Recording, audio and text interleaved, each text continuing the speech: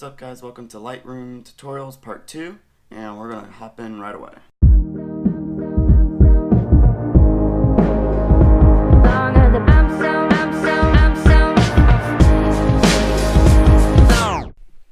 Alright, next is the tone curve here, and as you can see we have a graph here with the shadows, darks, lights, and highlights, and basically represents all the tones in our photo here.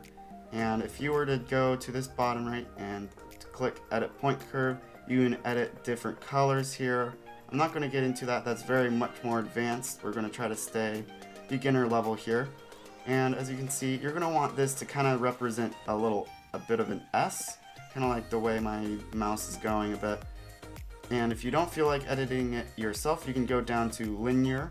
Alright, so you can come down to medium contrast. It's going to kind of give you what Lightroom thinks is the medium contrast. And then you can go strong contrast, and that'll bring down the shadows, bring up the darks a bit, and the lights all the way up.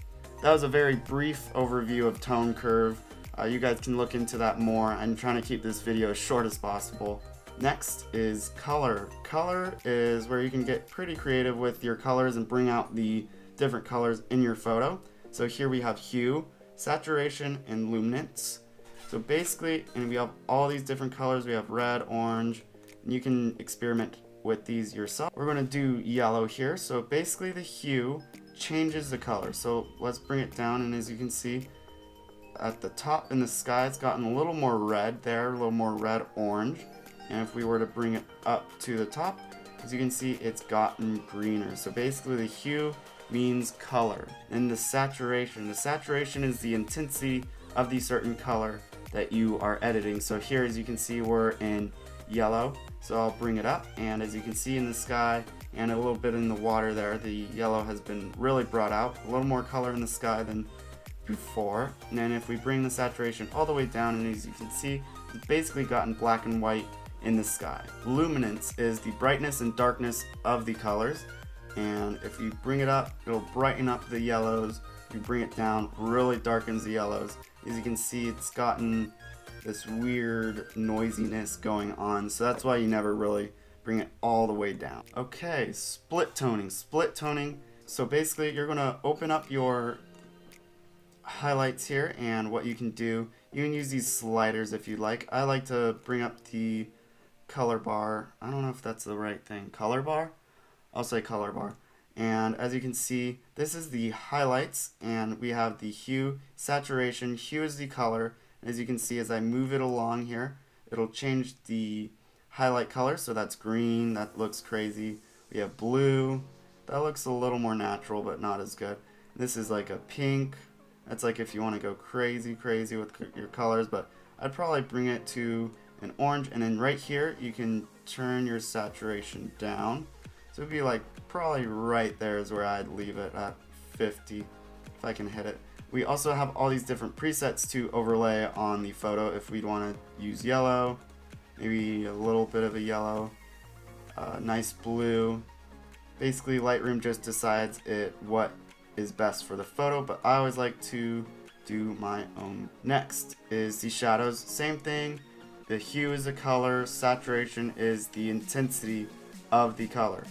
Now it's going to change the shadow color, so watch in the wave as you can see it's very shadowy, so I'd probably bring it to a blue, not too blue because I'd look unnatural, and then I'd bring the saturation down a bit.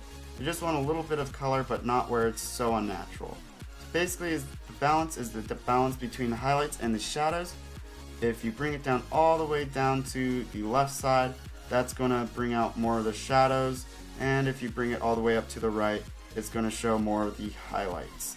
I like to basically always keep it in the middle because that's basically a perfect spot to keep it. Alright, next we have detail, and as you can see, you can have a very zoomed in version of your photo to see the detail of your photo. First, we have sharpening. Sharpening, there's amount, radius, detail, and masking. Amount is the amount of sharpening that is happening on your photo. So if you have it all the way down to 0, there's no sharpening happening on your photo. And if you have it all the way up, As you can see, there's a lot of sharpening happening on your photo. So if you increase it all the way to 150, you're going to get a little bit of noise, but you can always kind of fix that with the radius and detail and masking here. Next is radius. I was confused about this one when I first started because I had no idea what it did. Basically, radius is the size of sharpening around the edges. So we'll go ahead and bring that up and see if you can see that, but it's very crucial that you guys always are kind of experimenting on your own and not just watching videos. So if you guys bring it all the way down to 1, basically means Lightroom will be only sharpening around 1 pixel. If you bring it up to 3, sharpens around 3, creates kind of a shadowy feel. Basically, I like to keep it around either 1.5 or I just keep it. Detail controls the amount of sharpening or detail, so if you bring that all the way down, not much detail happening. If you bring that all the way up, as you can see there's a lot of noise, more detail, but very noisy, kind of harsh edges. So I like to keep that a little more on the lower side. Basically, it depends on the image that you are editing.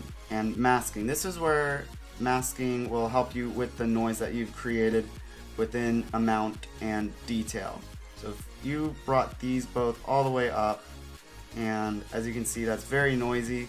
Then you get to the masking, and it kind of helps with the noise, but it starts getting this weird effect. As you can see, it's getting this weird, harsh, interesting lines at the very edge. So you want to be careful that you don't create weird artificial lines. Next is noise reduction. This is perfect. This is going to help those extremely noisy photos and really smooth out the photo. So luminance at 0, that's going to create no smoothing over the photo. It's going to still be noisy.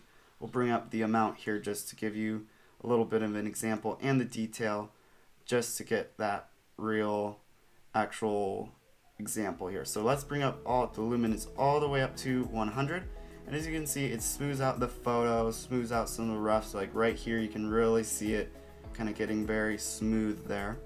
I normally don't like to use the luminance all the way at 100 because then it looks very fake and odd looking, so I normally just keep it at either 15 and at worst 25. Depends on what I'm editing and what the look I'm going for, but you don't want too much or too little. Basically, you want it just right.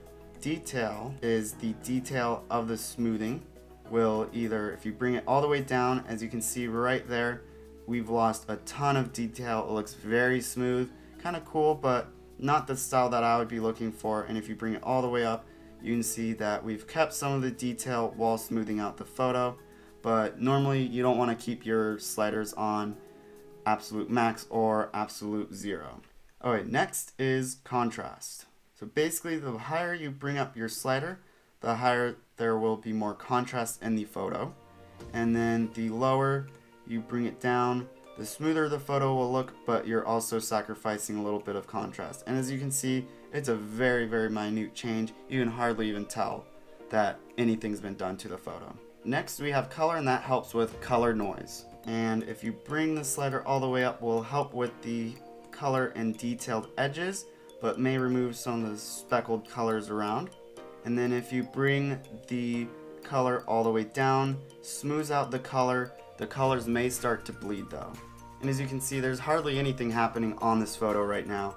I'm just showing you what these sliders do. And then the detail basically just brings out the detail and then bring it down, basically like every other single detail slider I've showed you.